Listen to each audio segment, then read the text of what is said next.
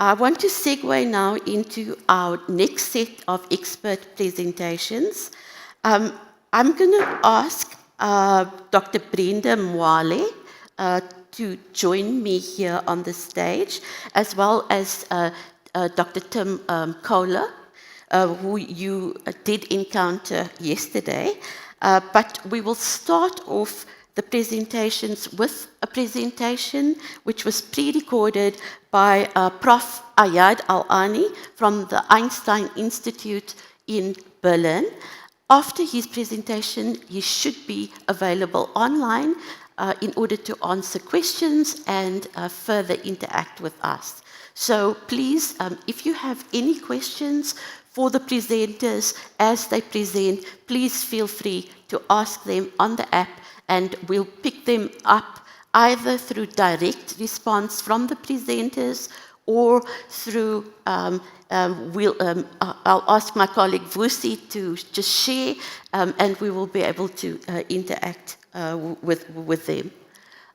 So welcome, Dr. Mwale. It's very nice to see you here.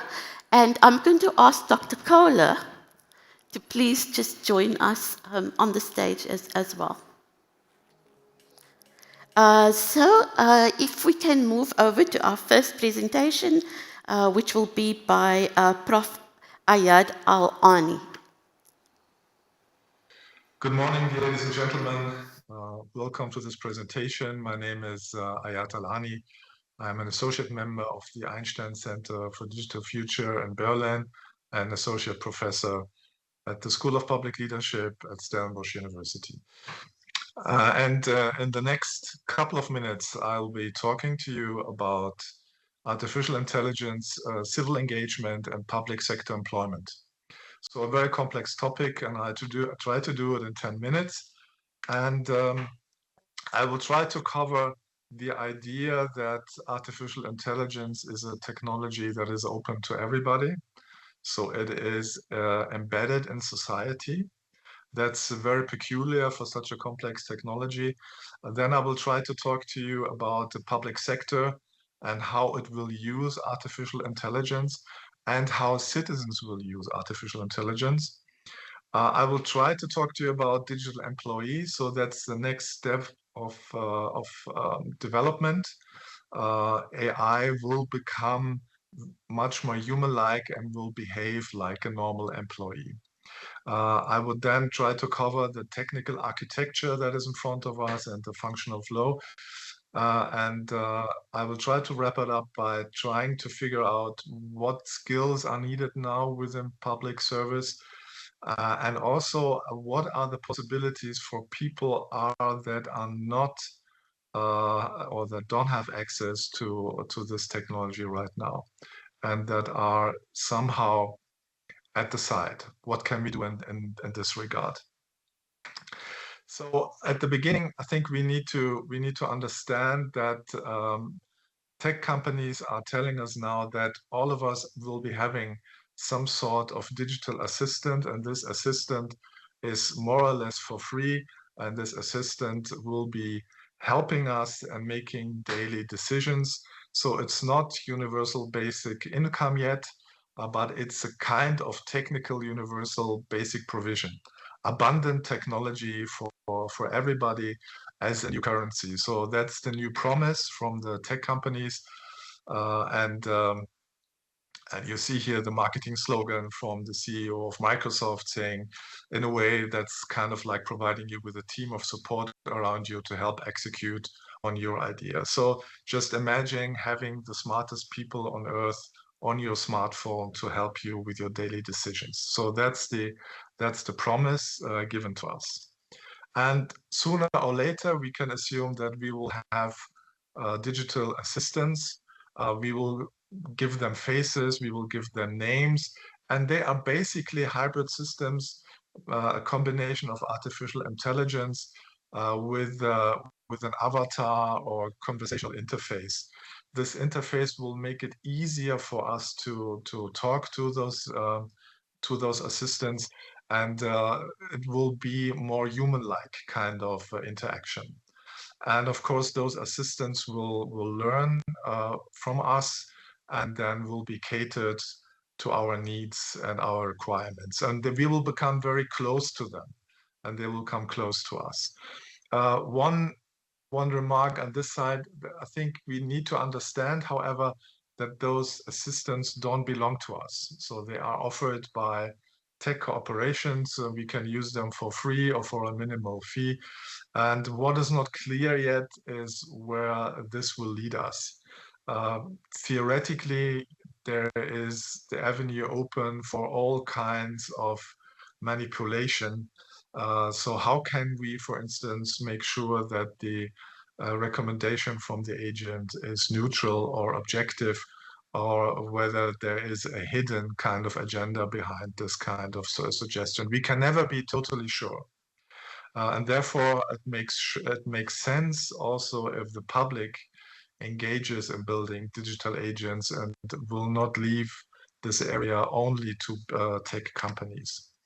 So what we can assume in the near future with the existing technology is that our interaction with the public sector will be made using those assistants. Both sides, the public administration and the citizen, will use public agents, will use digital agents. And on the next step, those agents will try to communicate directly with each other. So, for instance, I will have a request towards the public administration. I will ask my assistant. My assistant then will reach out to the digital agent of the respective public agency and will try to negotiate with the agent directly. And I, as a citizen, I am only needed if something else is required or further questions arise. Everything else will be settled by those agents. And you can see on this graph here that I can use my digital agent for lots of functionalities. It can help me fill out forms, manage my documents, and also I can upload functionalities in the area of political rights or political voice that I could use, legal advice, political analysis. So my agent can help me with all of these issues. How could the interaction look like? For instance, the case in South Africa, I would like to apply for a child support grant. I will talk to my agent. My agent will check the requirements, will check the stored credentials, the documents that I have uploaded in some kind of wallet, and then signs and authenticates everything. So that's also a big topic. The agent needs to verify that it is me who is using this agent. Assume it like a bank kind of application where you have the same issue. You need to verify that it is you using this application. Then my agent will send off the request via a safe communication channel, and the public digital agent will verify everything and will start working on the requests and will start interacting with my agent in case anything is missing. My agent will communicate with me in case he needs another information not stored. So if everything works, my agent will come back to me and said, okay, everything is done. The grant was accepted, and we can expect the income of funds very soon. And if not, he will or she will tell me what to do next. So there might be a human fallback solution. So this is how interaction will look like. You might say at this point, this sounds very futuristic, but then again, assume how do you file your tax requests or your tax files today? You probably use an agent already. You print out the form, use your agent to fill in everything, send the printout form to the agency. The agency then will scan it again and also will use a digital agent to verify everything. So I would assume that 70% of all tax forms are done by artificial intelligence. So no talk is needed. The only difference between this situation and the situation I tried to sketch out for you was that today the agents don't communicate with each other. So you will have here how the functional architecture will look like. I probably access my digital agent via my mobile app, WhatsApp, whatever. Then I have some kind of private proxy layer where the identities are embedded, consent privacy manager, truth and safety guard, and a case tracking function would be provided. I can then add additional plugins, mainly in the area of civil society and political rights. So I can make my agent more capable and more supportive, and this agent then will communicate directly with the avatar from South African Public Services. And this avatar, of course, has all the access to the legacy government systems, case management, and all the records. So this is how this will work. The technology is already available today, so nothing new. Here you can see I asked artificial intelligence on how the South African public proxy should look like.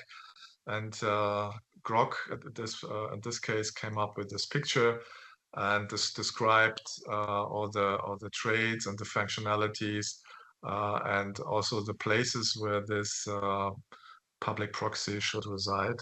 So from the technological point of view, this is not a big issue. What is the next step? The next step would be that those digital agents become more complex and will take up more complex tasks, and they will evolve to become digital employees. If you're working in the area of marketing or office support, you can already download digital employees that are, and you can rent them for a specific task. They will get the task done, provided you give them access to your data. And if you don't need them any longer, then you can terminate the agreement. You don't have to pay any taxes, so it's much easier than hiring a real physical employee. So that is the next step, and we can already see the market for digital employees is evolving quite rapidly. What does that all mean for the public sector, and of course for the employment in the public sector? And I think that really depends on the context. So I've given you two examples. So Germany on the left side, Africa on the right side. In Germany, you have a very low population growth. So I think the current population growth is below 2. It's 1.32. So it's below reproduction rate. That is therefore the population is shrinking. So you have until 2030 almost 900,000 open positions in the public sector. Those will be reduced because you will probably use generative AI, digital agents for that. Still, progress seems to be very slow. And Africa, on the next side, you can see there seems to be a projected growth in digital services by 2040, which is quite significant. And you can already see ministries and public administration embarking on the question of digitization. So you have the media alert from Nigeria saying all 38 federal ministries were digitized by December, meaning that not so much the integration of digital agents, but more in the area of secure paperless electronic document management. And of course, there are lots of challenges in the area of infrastructure gaps, data sovereignty concerns, etc. How will it look like in more detail? So of course, digital agents will put jobs at risk at a significant rate. So for the estimate is 92 million jobs worldwide will be cut because of the digital agents. However, interesting is that 64% of African workers and employees already use artificial intelligence. A hard to believe number, but it has been empirically put on the internet. So interesting number. It's higher than in Europe. And you can also see a growth in AI augmented jobs, that is jobs that are using AI in some sort to enhance their performance. And of course, you have, since a couple of years already, a decline in repetitive jobs, which can be automated very, very easily. What kind of skills will be needed in the public sector? I think what you need is very strong content and domain skills. So you have to know the processes, you have to know the cases, and this will give you a very good position, because then tools need to learn from you, or you can work on the exceptional cases which the digital agent cannot handle, because it's very novel to the system. You probably also need some basic technological skills, basic digital literacy, data entry, simple hardware troubleshooting, things like that. And also you need to work with AI. So everything that having to do with AI oversight, error correction, basic prompt correction, things like that, that is very essential. And of course, you have the deep AI skills, which more and more is needed. So everything that inserts artificial intelligence into processes, into the administration, is a top skill which is needed right now. Of course, you also need to adapt language models. You need to train on safety and also on the operation of those systems and data governance. So these are very valuable skills, which some people will probably try to build up. The big question is what happens to the rest of the population, which seems to be a bit left behind by this development. Although I mentioned that 60%, over 60% of the South African population already seems to work with artificial intelligence. I think we need to bear in mind that probably the economic sphere will look very different in a couple of years, because of automation, because of digital agents and artificial intelligence.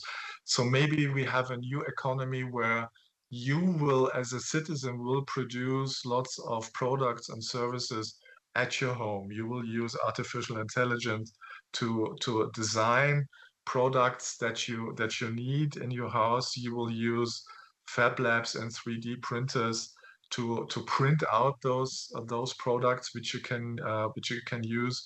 There have been already experiences in some townships using fab labs and 3D printers. You can, as a cooperative, buy those machines, those multi-machines and AI agents, and build your own kind of cooperative. You can power all those systems using solar energy. So the economy of the future very much looks like a decentralized place, and AI will help you producing lots of goods and maybe also services that you require at your community. So thank you very much for your attention, and looking forward to discuss any questions you might have in the upcoming live session. Thank you very much. Yes, yes. So fetch it now. Well, that was a futuristic view of where we're going to.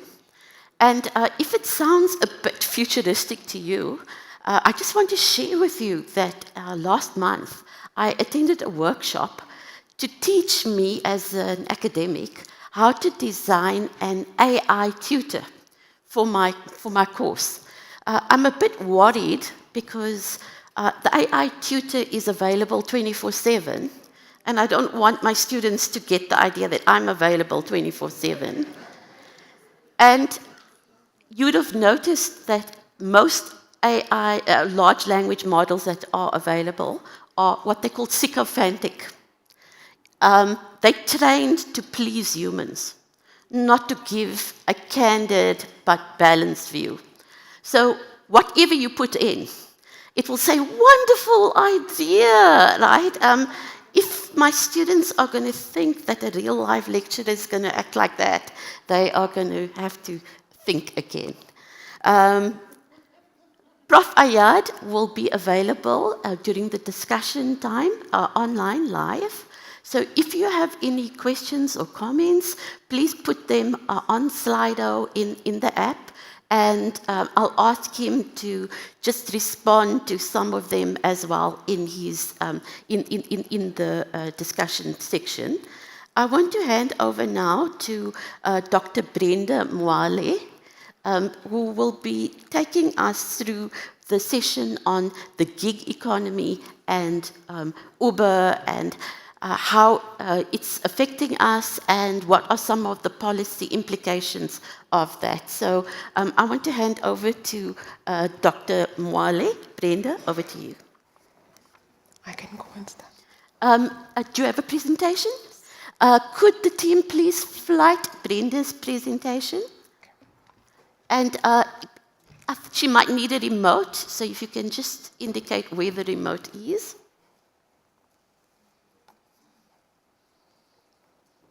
Right, there's your presentation on that screen over there. Okay, good morning, everyone. Thank you for having me.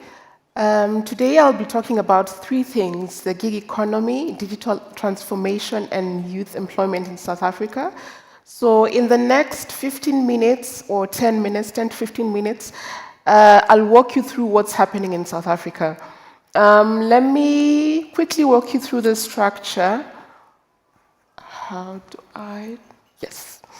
Let me quickly walk you through the structure. So I'll be talking about the problem of youth unemployment in South Africa, where I'll be giving you statistics. I'll be talking about digital transformation.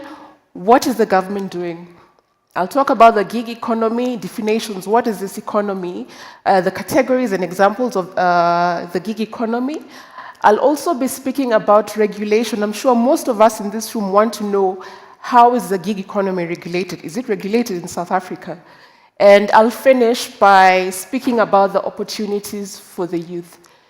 So before giving you the numbers, just a disclaimer, I'm a lawyer, I'm not an economist. And I'm sure we all know that lawyers are not very good with numbers, but you'll have to excuse me. I'll try my best. So we start with the problem of youth unemployment in South Africa. I'm sure these are statistics that other speakers have spoken about, but it's important to reiterate them for the purposes of this presentation, because there's a subset of this percentage in which the gig economy taps into. So I'll start by saying that an unemployment rate between 15 to 24 years people in South Africa is 60.9%. This is not a typo. This is statistics from Stats SA. And 45.6% are not in employment, education, or training.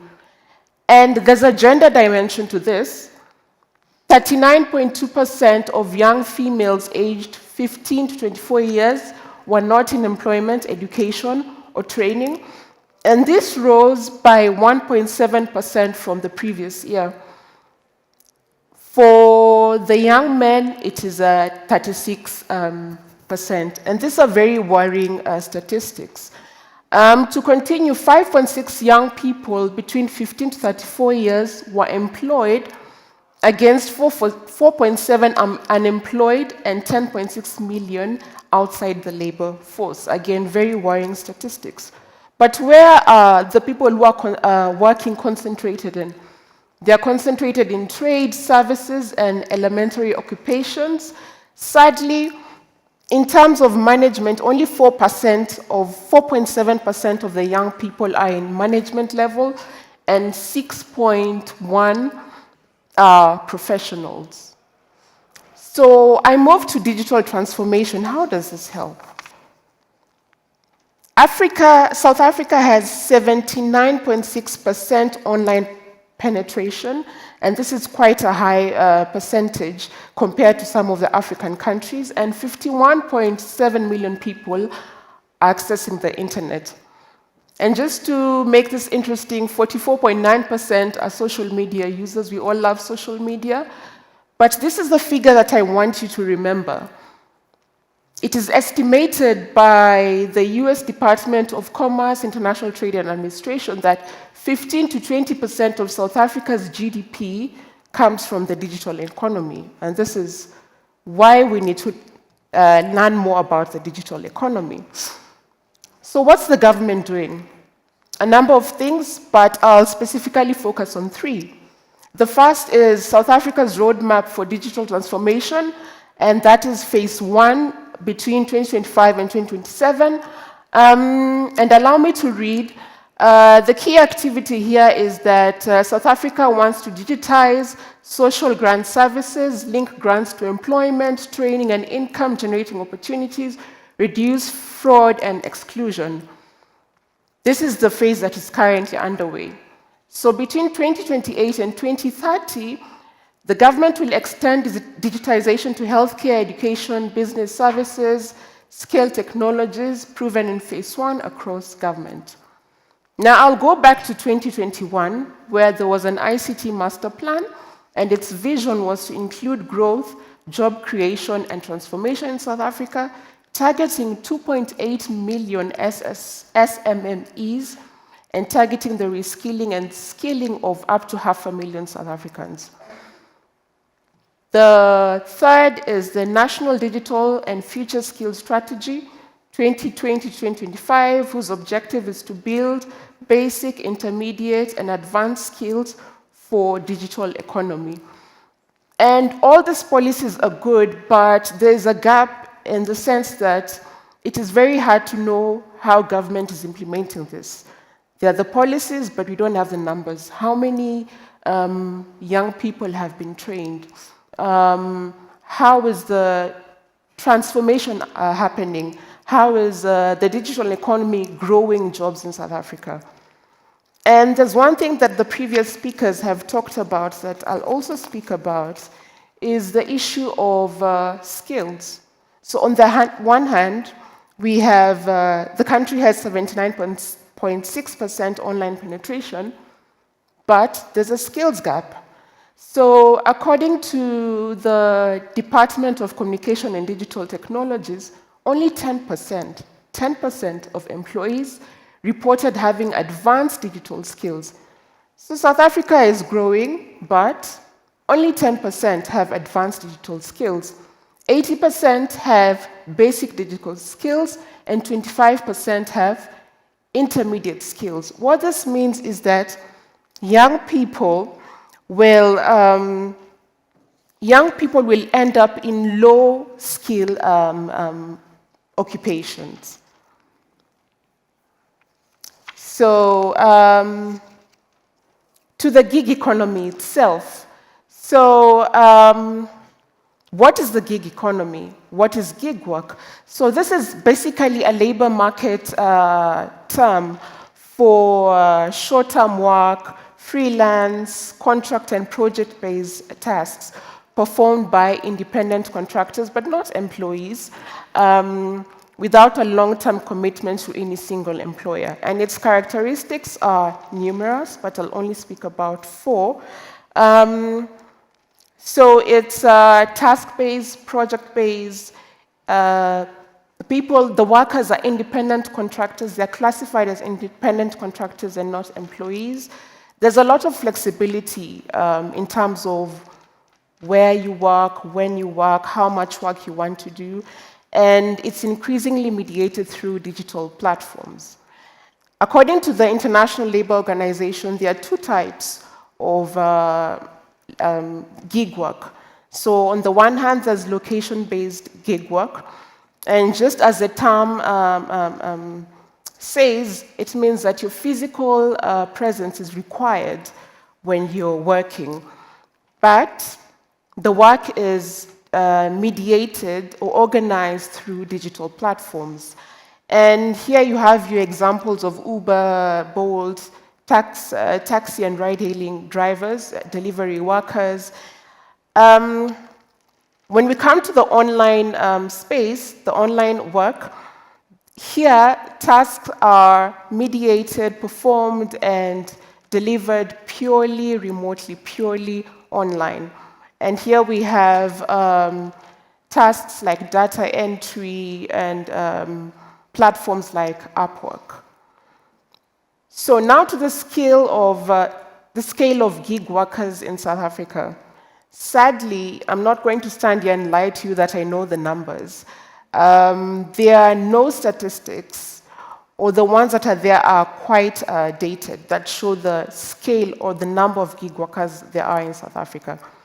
So the statistics we're going to rely on for the purposes of this presentation today is a 2019 research done by the Labor Resource Center, which said that there are 150 digital platforms in South Africa, and 90 of which are location-based. So it means that majority of the workers and the digital economy in South Africa do location-based work.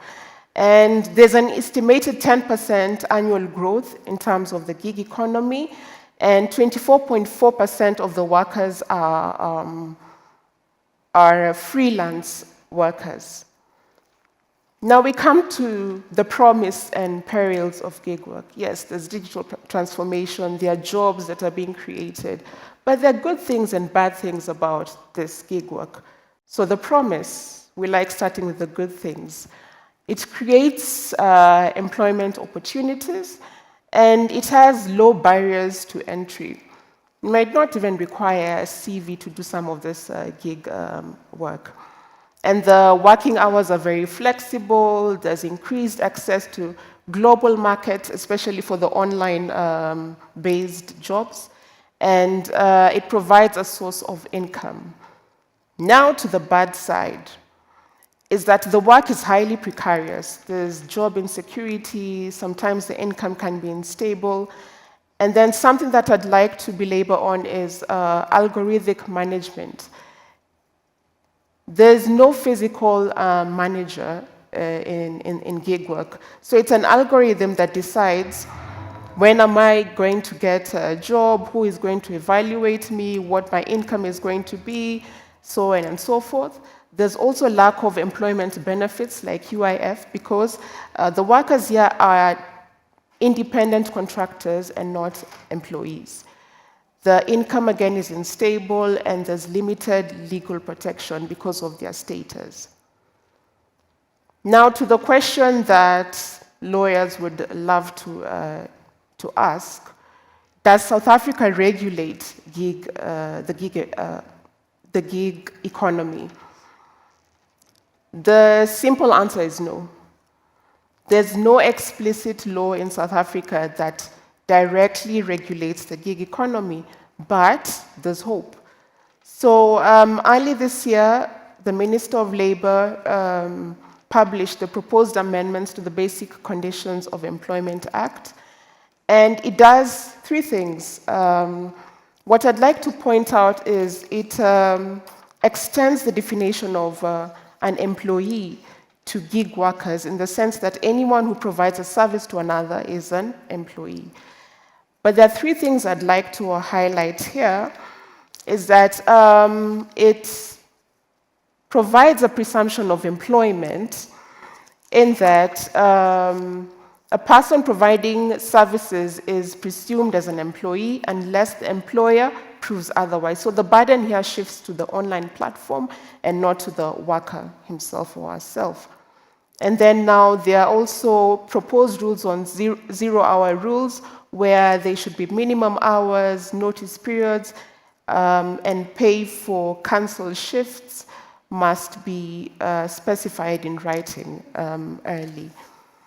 The third thing, which is a really good proposal, is that sectoral determinations could now apply to gig workers. So gig workers who now are not classified as employees can organize and unionize within their specific sectors.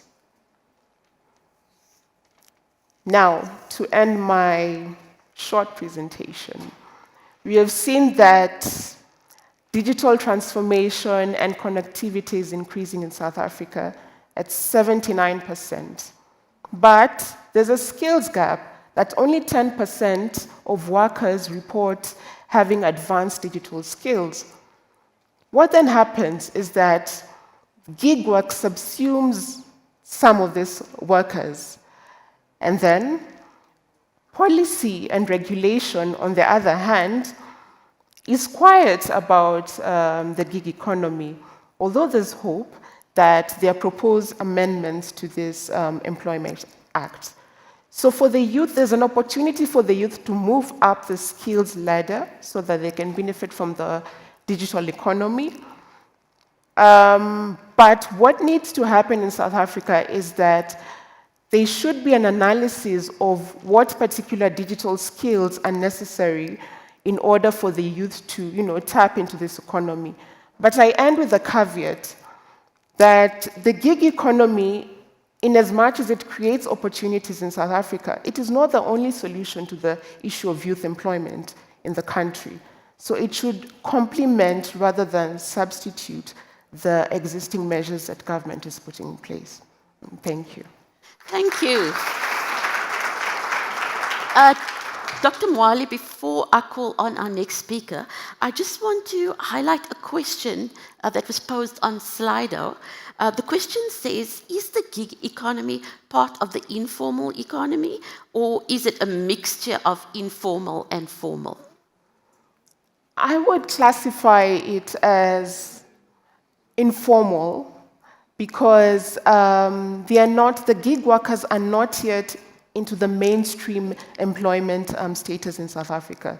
So once the proposed amendments, for instance, if the amendments are accepted and it becomes law, then they could be slowly moving into the formal economy. Thank you so much. I'm going to invite our next speaker, Dr. Kohler, to come to the podium. I think what the last presentation also illustrates is that technology is developing rapidly, but our legislation and our regulation is lagging. And so the question is, how do we basically speed that up? And in the interim, while we don't have that legislation in place, we could have massive gaps in terms of accountability, etc. I'm going to hand over to Dr. Kohler, who's going to talk to us about automation. Over to you, Tim. Great. Morning, everyone. Thanks very much, Tanya. And apologies that I'm late. Huge accident, unfortunately, on the freeway this morning, but glad that I could make the session. And sorry to have missed the session with Hannah this morning, but hope we can catch up later. I'll be speaking about some joint work with my colleagues, Rafael De La Vega at UNU Merit and Antonio at the World Bank, and Sipilile, who might still be here today. I'm not sure. He was here yesterday, of course, on a still relevant, but shall we call it a past form of technology that had automation implications for workers, right? So not necessarily AI, but hopefully, at least in my view, offers some lessons for future technologies going forward. So just taking a step back from the AI hype at the moment. Great, so jumping straight in. Does this pointer, does it work? Oh, there we go, brilliant. All right, let me just get the hang of this thing. Okay, so brief introduction. Technology in the labor market. Long-standing debates in various literatures, not just academic, for a very long time. There have been long-standing fears or so-called automation anxiety, so to speak, of the robots are going to take our jobs, right? And these aren't necessarily unfounded, but there's quite a lot of nuance, as there often always is, right? There's some records that go back to 15th or 16th century Britain of British royalty being wary of allowing the production of textile weavers, for instance, because of fears of what it might do to the livelihoods of their so-called subjects, right? So this is not a new phenomenon, and it's certainly not a new source of anxiety. Despite that, it's still very valid. So when looking at technology in the labor market, there's of course a very large empirical and theoretical academic literature that seeks to uncover these effects. Unsurprisingly, primarily because of data availability, this literature is concentrated in high-income countries. So it has relatively less to say about aspects or labor markets in low and middle-income countries, which of course, as we know, are structured very differently in many different dimensions. When thinking about the labor market, one might think, well, why should we care about technology's impact on the labor market? Maybe we should think about other dimensions of welfare. Well, primarily because the labor market throughout the world is the primary driver or institution of welfare. And in South Africa, this is of course the case, but also it's the primary driver of income inequality. This is well established. This is for several reasons. Firstly, labor market income through the form of salaries, wages, self-employment income, you name it. It's the primary source of income for the majority of households in the country, at least as per the GHS, for instance. But this is very intuitive, right? But at the same time, with respect to income inequality, it's due both to people who have access to work, who are actually working, right? As well as the extent of unemployment. So if you consider the unemployed as so-called zero earners and you retain them in the income distribution, right? So that's a source of inequality, specifically at the bottom. But even if we restrict any sort of analysis to just people who have jobs, we have an extreme amount of wage or earnings inequality with Gini coefficients which vary depending on the analysis between 0.55 and 0.65, it depends. It's very high regardless. So it's not necessarily just about unemployment. It's also about conditional unemployment, right? So we have these like extensive and intensive margins here. And then at the same time, zooming in on workers in particular, we have a relatively high prevalence of workers who appear to be exposed to automation in some way.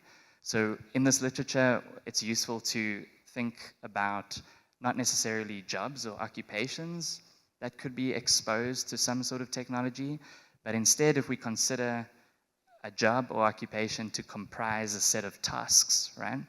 And we use this task-based framework to assess how much technology is relevant to a given task within a given job, right? And technology can, of course, be substitutive for a task, right? Like it can be displacing. It can also be complementary to a task, right? It can enhance productivity. This, of course, varies both within occupations and across occupations, across sectors, across countries, etc. In South Africa, some work by Haroon, myself, and some other colleagues a few years ago estimated that roughly 40% of workers are in jobs whose tasks are primarily so-called routine and manual in nature. So these comprise tasks that are, for instance, repetitive, like in manufacturing, for instance. This is a large share of workers that are vulnerable to automation. Now, of course, exposure doesn't necessarily mean 40% of workers are going to lose their jobs, right? Again, exposure can mean it's either complementary or displacing. There's a lot of uncertainty there, but it does provide some sort of measure of vulnerability. Great, so hence, I think that makes it clear that obviously labor market incomes are very important for welfare, and hence automation has implications for welfare, both in South Africa, throughout the continent, throughout the world. So what we do in this work is we adopt a quasi-experimental method. It's a staggered difference in difference design. We apply it on panel labor force survey data to try and estimate the causal effects of the adoption of automation among formal sector firms in manufacturing on average earnings and more specifically employment and the composition of employment in South Africa's formal manufacturing sector. You may be asking why manufacturing? This is quite a common sector to focus on in an analysis like this throughout the world. Manufacturing is, of course, relatively small in South Africa, in most economies, but in South Africa, it's roughly, 13%, I think, of GDP as of last year, maybe 9–10% of total employment. So about 1.5 million workers in formal and informal manufacturing.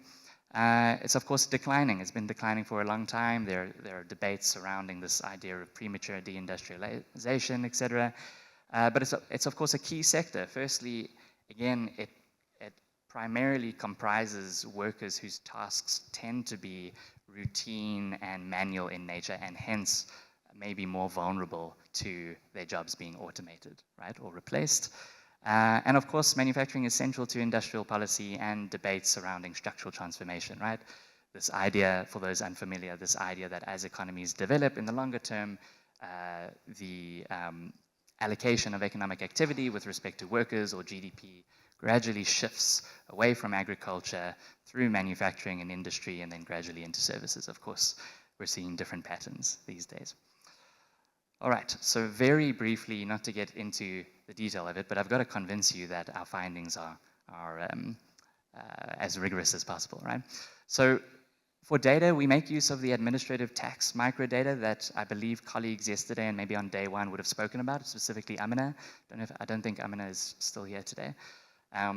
But these are individual and firm level records, anonymized records, covering the population of formal sector workers and firms in the country. So for students interested in this work, of course, it's been spoken about before, but you can access this data in a secure data facility in, I think it's Centurion now, maybe it's also Pretoria. Anyway, it covers the entire formal sector. And because South Africa's labor market is relatively formal, which Haroon would have emphasized, right, about 70–75% of workers in the formal sector, very unusual for a middle income country, for a country in Africa. Because the majority of the labor market is in the formal sector, this means this data covers the majority of workers and firms. We specifically, of course, look at manufacturing. We have data from for about 8 years, from 2014 to 2021. We use two sources of data. We've got firm level data, which are records from the company income tax returns. We've got a panel there, so we can track the same firms over time. And then, of course, registered firms. And then jobs level data or individual level data. These come from the employee tax certificates from the IRP5 forms, for those of you who are familiar with. And then we can merge this data together to identify which worker is in which firm and how they change over time, right? So this is what they refer to as matched employer-employee data. It's very rare, as Amina, just to emphasize again, Amina probably said this, but very rare, not only in the so-called developed world, especially in the developing world, but throughout the world, this kind of data available to researchers is incredibly rare. So it's something that we should be really proud of in South Africa, and it's obviously incredibly important for informing policy making. For the sake of brevity, I won't get into the details on how we adjust the earnings data, but in the data we do have information on how much employees earn every year, and we use this data to calculate measures of within firm inequality. So not just like, think about the Gini coefficient covering the entire economy, right? Which, as we know, is roughly around about 0.6, depending on the analysis, very high. We use this measure to calculate any firm-specific inequality measures, so inequality within each firm, and that varies, of course, across firms, right? So that's what we're interested in here, is we're thinking about aggregate effects of automation, but we're also interested in thinking about how automation affects the composition of workers within the same firm over time, right? For identification, for isolating this causal effect, we use a common approach in the literature which makes use of imports data, specifically transaction level customs data in South Africa, which I'll describe in a little detail now. But essentially we're looking to identify firms who import specific types of goods that are strongly associated, not necessarily proven, but strongly associated to be associated with automation in manufacturing in particular. I'll show you a list of these goods later, but we can identify that in the data, right? So the staggered difference in difference, those of you familiar with a canonical difference in difference design, we're essentially comparing for a given outcome like employment, we're comparing how employment changes between firms, in this case, who adopt these automation technologies compared to those who either have not yet adopted or don't ever adopt in a given point in time from before to after adoption, right? So what's great about a difference in differences is that algebraically it's very easy to do. It fits well into a regression analysis, but also it's very intuitive, right? It's also not very data intensive, hence why it's probably the most popular quantitative social science causal inference method out there. Even precedes RCTs, some believe. So what's great about difference in differences is that you don't need these firms to look the same. You don't need so-called balance like one would need in a randomized control trial, right?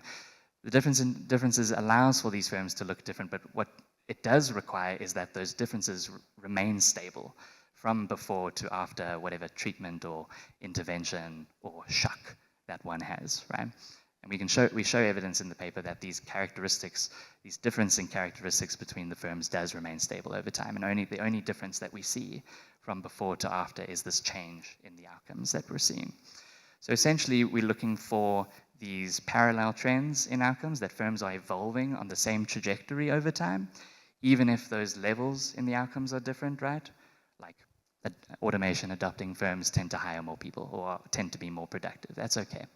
What we're looking for is that from before to after the adoption of automation, that there's a wedge, that there's a change, there's a deviation in those trends. And that provides, subject to very tests, some evidence of causal effects here. Here's an equation. Ignore it. That's okay. We've had 3 days of very intense and engaging conversation. I've put it here for completeness. For those of you familiar with difference in differences, it should look very intuitive. But we basically use a specific design that accounts for the fact that firms adopt automation technologies at different points in time, right? It's not like when ChatGPT came out at the end of 2022 that everyone started using ChatGPT. It's gradual over time, right? So this design sort of rescales the timing of the shock in so-called event time. I'm happy to chat about that in more detail later. So again, we're comparing outcomes among firms who import these automation technologies compared to those who don't, right? We're specifically looking at these technologies that are strongly associated with automation in manufacturing. I can speak about the definitions of treatment that we use here later at a point in time if anyone's interested, but again, for the sake of time, I'm going to skip over it. I'd like to just show you examples of the goods that we see in the data that are imported in manufacturing. So this is actual data in the formal sector for the whole 2014 to 2021 period. You'll see here that the majority of goods, 42%, are these so-called automatic data processing machinery tools. It also includes things like regulating instruments, conveyors, welding machines, 3D printers, industrial robots, think about like in the auto sector, etc. So just to give you an idea in manufacturing of the types of technologies that we're talking about here. All right, jumping straight into the results. Again, if you're familiar with difference in differences, you might be like, oh, that's an awful pre-chant you have there. This does not validate your design. But this figure here, I think, is still really insightful. So what this figure plots is essentially the difference in a given outcome. So this is just employment on a log scale. The difference in employment in each period from before to after the adoption of technology. This is in so-called event time. So -8 means 8 years before the adoption of technology. 0 means the first year of adoption of technology. This is the difference in log employment between firms who adopt versus those that don't, relative to the period immediately preceding adoption, right? So in a difference in difference, you'd like this pre-trend line, right, before that vertical line to be 0. You'd like these differences to be stable. And then any deviation in the post period, right, after adoption, is indicative of a causal effect. Here we're seeing a pre-trend. We see that these differences aren't stable leading up to adoption. And when we look at the raw data, we tend to find that this is because automating firms tend to be initially smaller, but they grow at a faster rate preceding automation, preceding the adoption of these automation technologies. This is expected. This is a common finding in the literature because firms that eventually adopt tend to be more productive, right? And they tend to grow. That tends to translate into faster employment growth rates. This also suggests some what we call selection into automation, i.e. firms that automate tend to be different from firms that don't automate, which is a given. Now, who we're comparing here is important for the next slide, where I'll show you the actual effects that we estimate. Here we're comparing firms who eventually automate or adopt these automation technologies to firms that either never automate, as far as we can see in the data, as well as firms who do automate, but just not yet, right? So if we think about those differences between firms who never automate versus those that eventually do or currently do, you can think about how that might introduce some biases in your analysis, right? Just because of these inherent differences, and that might change over time. So what if we just restrict to comparing firms who automate to those who have not yet, to those who never automate, right? That might be a fairer comparison to do. Indeed, we get a much better design here, but we get not so great or not very encouraging results. So again, looking at I wonder if this works here. You can see my laser for those on this side, I guess. We can see the pre-trend here. It's statistically insignificant. In most periods, it's around about 0. That basically means that we do see differences in levels of employment on a log scale between firms that automate and those that don't yet. But those differences are stable over time, right? So in the absence of automation, or in the absence of the adoption of technologies, we have no reason to believe that this flat 0 should continue following automation, right? In a world where it never happened. That's not what we see.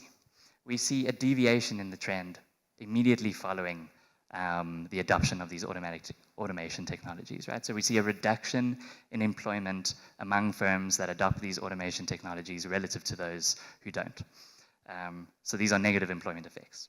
When we disaggregate this data a bit more, we see that this isn't necessarily about firing. It's not current workers losing their jobs. It's largely about slower hiring in automating firms relative to those that don't, right? So it's on the hiring margin rather than the separations, so to speak.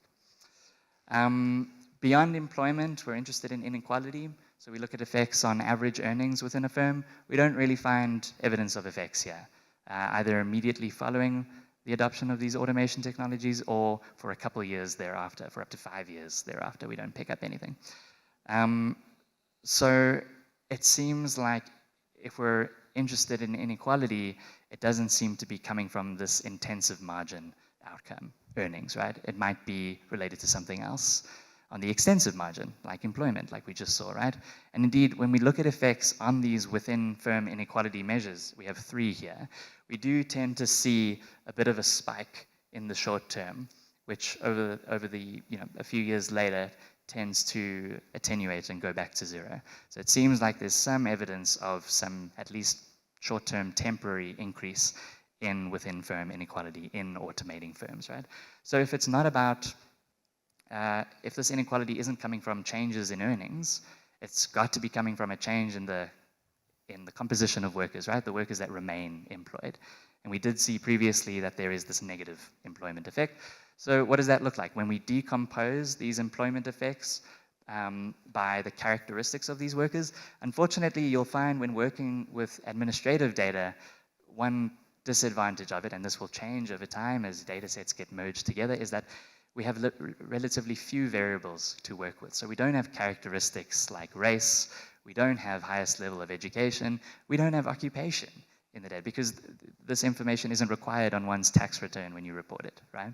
This is changing over time with the merging. But what we can do is we can compare changes in employment across the earnings distribution, right? We can look at how employment changes for so-called low wage, medium wage, high wage workers. You can split it up however you like.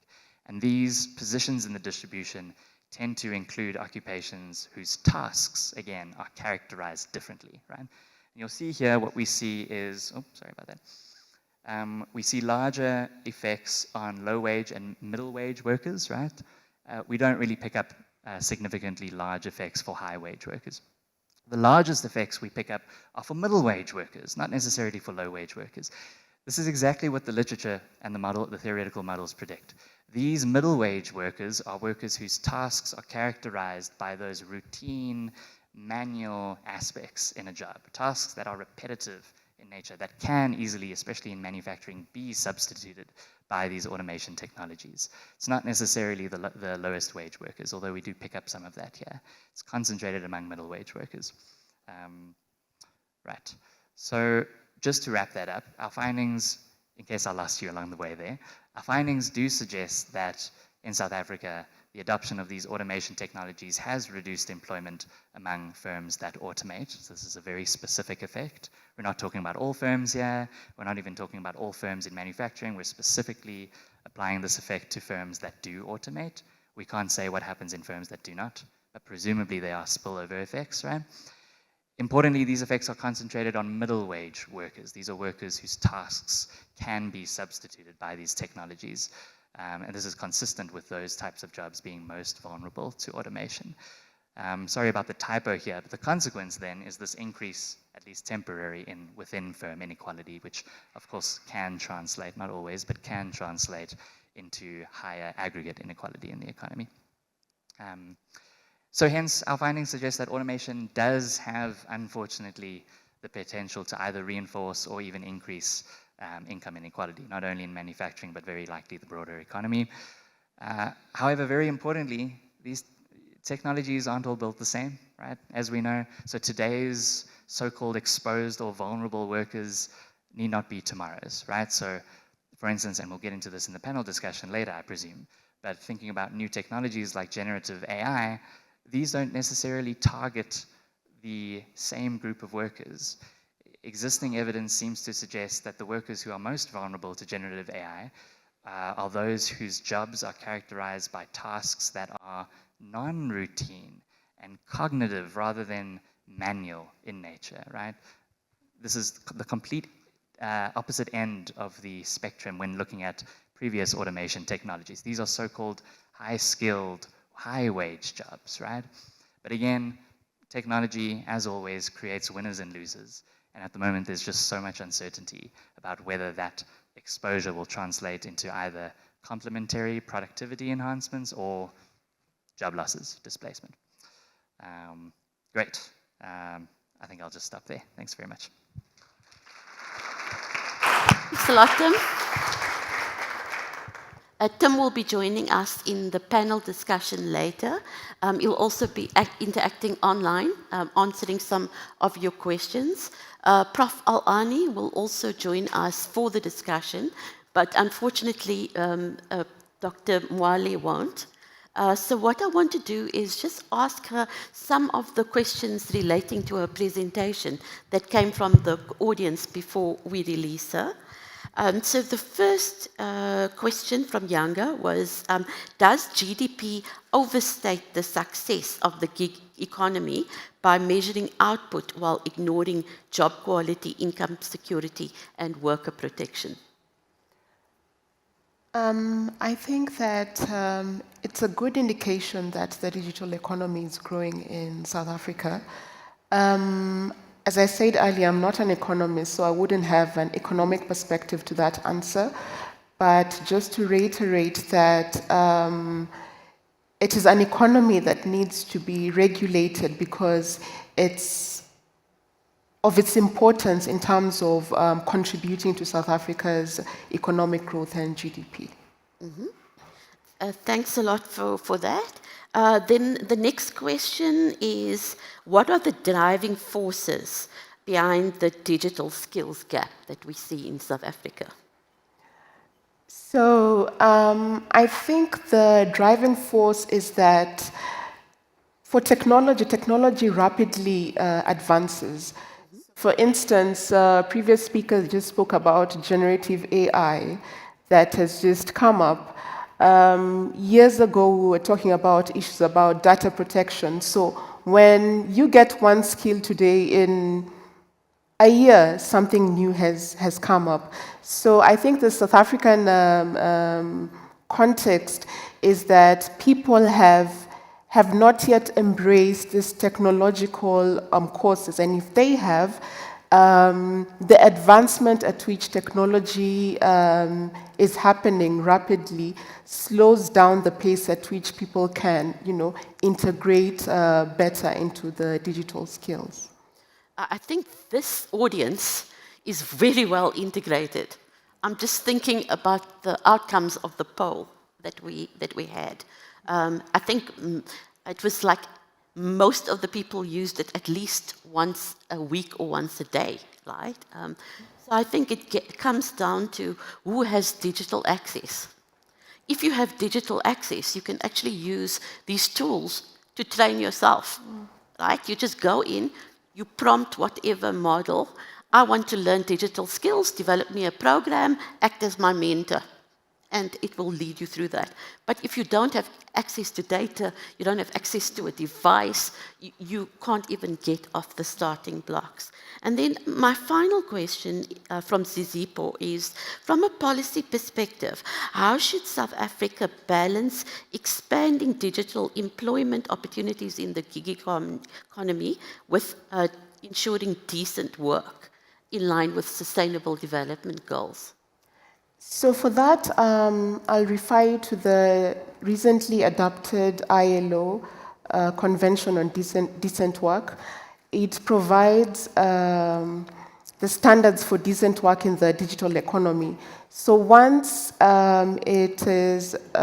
once South Africa, for instance, ratifies the convention, it will have a roadmap into which it can domesticate some of the provisions under the convention. So the balance would be, we grow the economy, there are more gig workers, but there are certain decent elements, decent job elements that must be adhered to. So for instance, regardless of your status as an employee or an independent contractor, you must be able to have labor protections.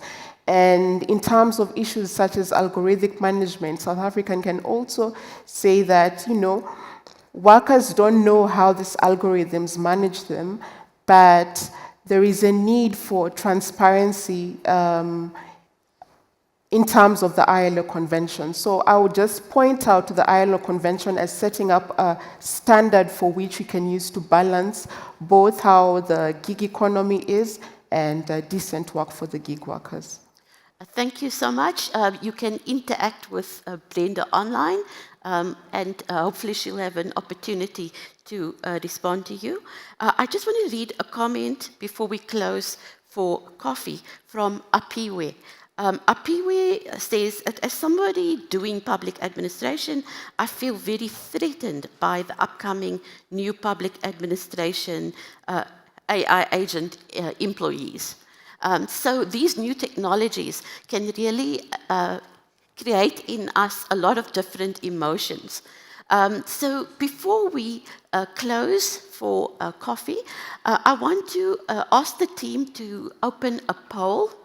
And what I'd like to request that you do is, in one word, put down the emotion that you experience when you hear us talking about new technologies like robotics, automation, and AI.